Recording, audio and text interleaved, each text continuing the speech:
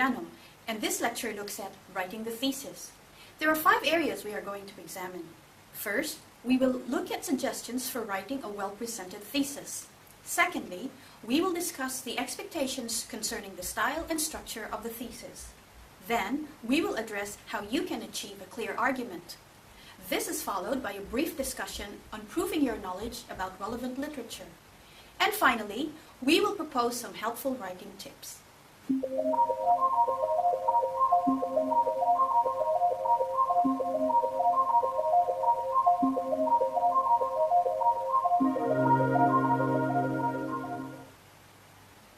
Now, writing a well-presented thesis starts with writing good sentences. So, let's first look at the very basic unit of writing, sentences. In a thesis, you are expected to demonstrate good grammar and thoughtful consideration about your topic. You should use a formal academic tone throughout your writing. All these are tied up with the sentences you write. Sentences should be complete with one idea within every sentence. A complete sentence contains a subject and a verb. It is preferred that you use the active voice rather than the passive voice, as this ensures clarity of expression. Avoid fancy words and fancy-sounding sentences, as this impresses no one, neither your supervisor nor your panel. You only impress yourself. So use short, simple words and phrases. State precisely what you mean and aim for an economy of expression. Let's now look at the verb tenses most commonly used. There are 3 time frames: present, past, and future. Ensure that your writing is situated in one of these time frames, and that the verb tense you use is consistent with this time frame throughout your thesis. Do not shift tenses like this. In 1996, Jones proposed that all approaches to the problem were within the same paradigm. He says that a level playing field is necessary if we want consistent outcomes. Let's first look at the present tense. Most academic writing is written in the present tense. This is used 3 times more than the past tense. We use the present tense to refer to actions and events that take place generally in the present, but not necessarily at the present moment or time. For example, observational learning is important in socialization. In particular, people learn patterns of behavior by observing primetime television shows. This thesis presents a discussion of observational learning and the process of socialization. This is followed by a review of behavior patterns that may be learned as a result of watching primetime television. Finally, some implications for public policy are presented. Now, let's look at the past tense. By contrast, the past tense is mostly used for specific actions or events that took place in the past and no longer continue in the present. This is usually the case with case studies, specific experiments, or specific historical events. Here are some examples.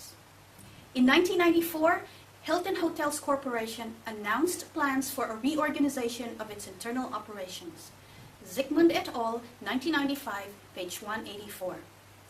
3M developed Post-it notes and many other unique products.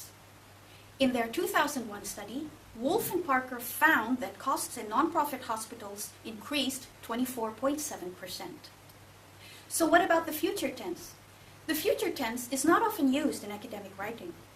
It is generally reserved for plans and predictions with a very high degree of certainty. For example, the company will expand in 2012. Okay, now that we have the tenses sorted out, let's take a look at some pointers for writing organized paragraphs. A well-written paragraph, and consequently a well-written thesis, follows the formula TEE. T for topic sentence or controlling idea. E for explain, elaborate, define. The second E for examples, evidence, illustrations. Let's look at an example. Formalization is an important element in organization structure. It means literally having things written down. There are many ways an organization can write down who does what. Firstly, there is the organization chart. Similarly, job descriptions, policies, procedures, and rules are all examples of formalization. Formalization of these specify what will be done, who will do it, and how they will do it. Some other things to remember about a paragraph are: Although there are no definite rules, between 100 to 150 words in a paragraph is a good length to express your thoughts. Avoid long paragraphs of 250 words or more, and ensure that there is one main idea in every paragraph. Once we have our paragraphs sorted out, we can look at organizing them into the thesis. There are 3 essential qualities for writing a good thesis: unity, coherence, and development. Quite simply, unity means that when ideas and paragraphs are strung together and the relationship between them is clear, then the whole writing is said to have unity. A piece of writing has coherence when there is a clear relation between paragraphs. As with unity, when the paragraphs are strung together and the connection between them is clear, then it is coherent. In other words, everything fits together convincingly. Unity goes hand in hand with coherence. The ideas and discussion in your thesis should be a connected, convincing argument.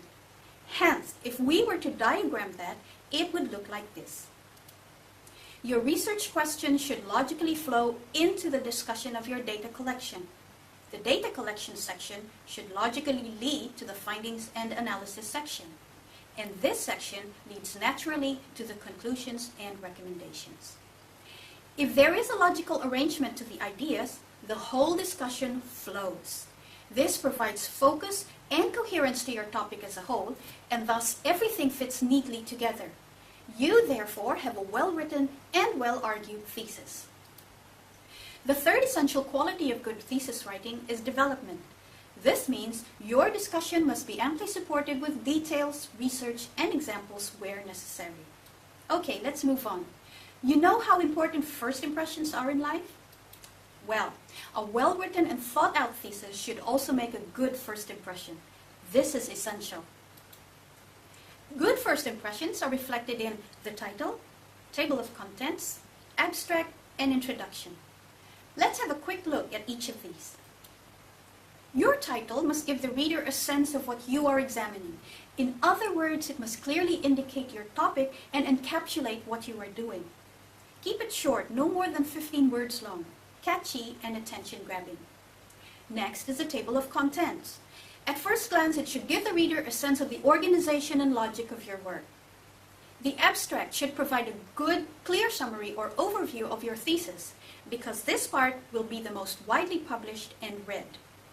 It should be interesting enough to capture the reader's attention, and the manner in which the abstract is written will give the examiners a fair idea of whether the rest of your thesis is well presented and of good quality. After the abstract, the next section that will be most widely read will be your introduction.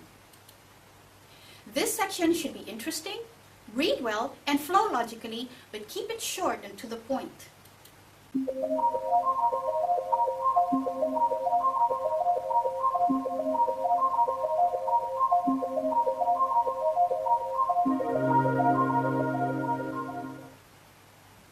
Let's now look at style and structure. First, let's consider referencing, which is very important. Examiners are very pedantic about this.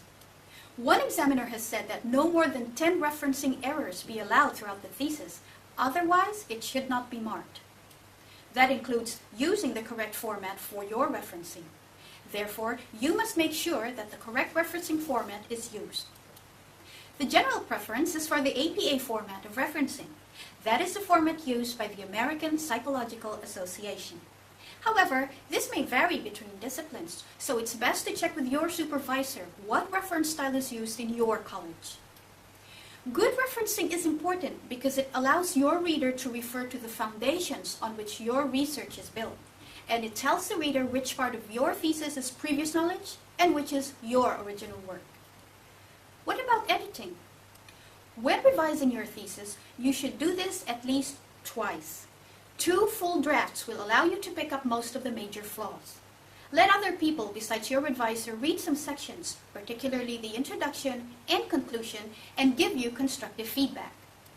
Revise and refine as best you can, and set yourself a deadline for submission, or you could be writing forever. I say this because you will feel that your thesis could always do with a constant revision, and if that's the case, then you will never finish writing it. Remember the curse of perfectionism? So, always set yourself a deadline. Here is a checklist you can use for the revision process.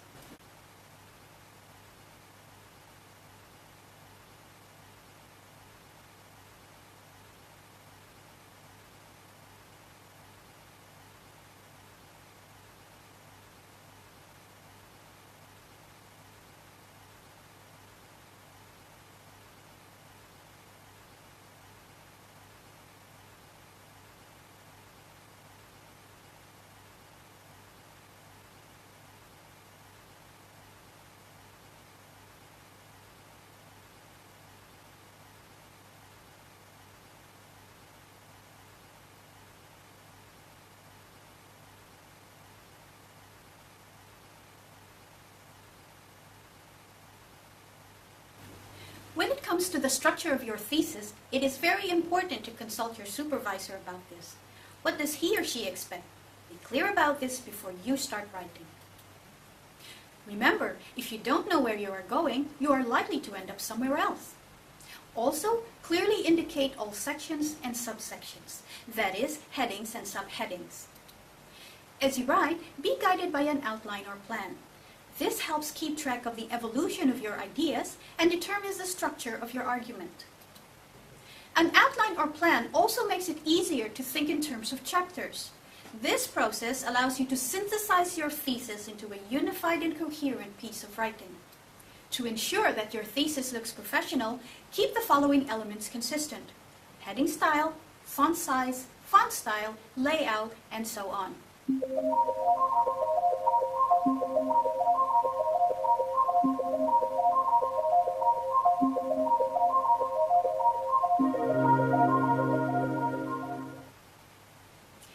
Let's turn our attention now to maintaining a clear argument in your thesis.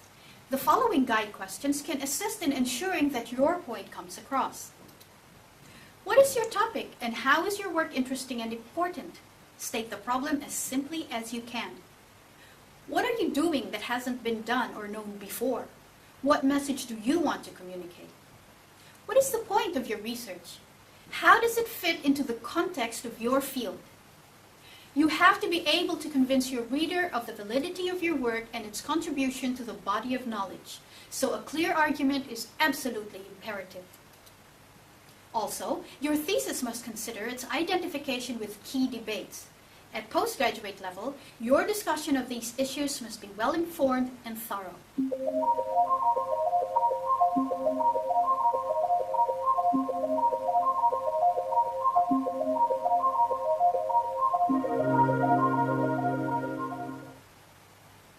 Your work must be up to date with the current debates within your discipline and the topic area to which your research question relates.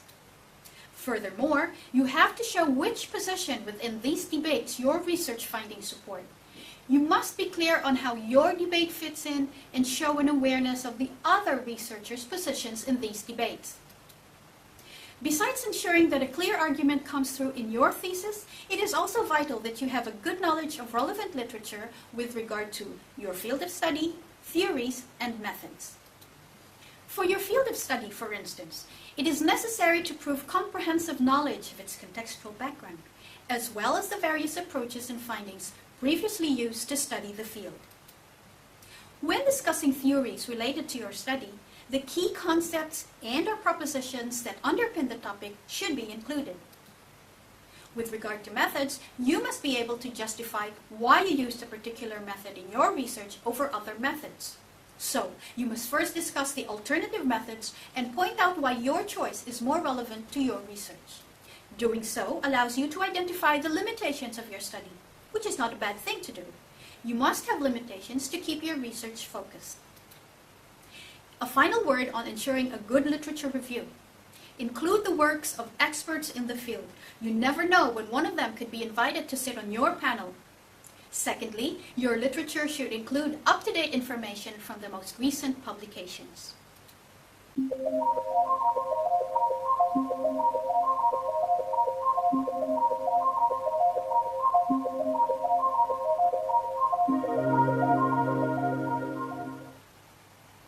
Finally, let's review some useful writing tips. Outline, outline, outline. Start by writing the core of the thesis, which are chapters 3, 4, and 5. Constant contact with your supervisor is crucial so that you know you are on the right track. Ask others to look at your thesis, especially when you are at the revision stage, and consider their feedback. Set yourself goals and a deadline. You may be tempted to keep perfecting your thesis, but this is not possible in a finite amount of time. Learn to touch type.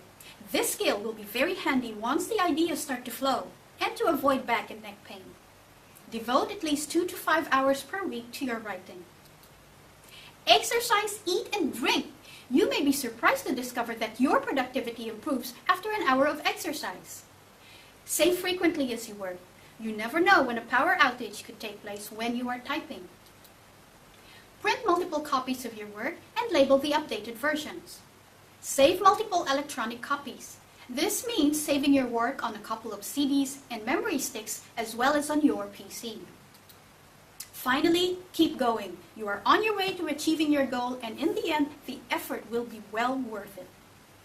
So, what have we covered in this lecture? First, we looked at suggestions for writing a well-presented thesis. Secondly, we discussed the expectations concerning the style and structure of a thesis.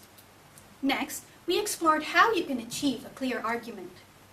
Then, we followed with a brief discussion on proving your knowledge of relevant literature. And finally, we proposed some helpful writing tips. I hope this lecture has helped you gain a better idea of how you can achieve a good thesis through following the suggestions I have made. I wish you all the best with your efforts and thesis writing.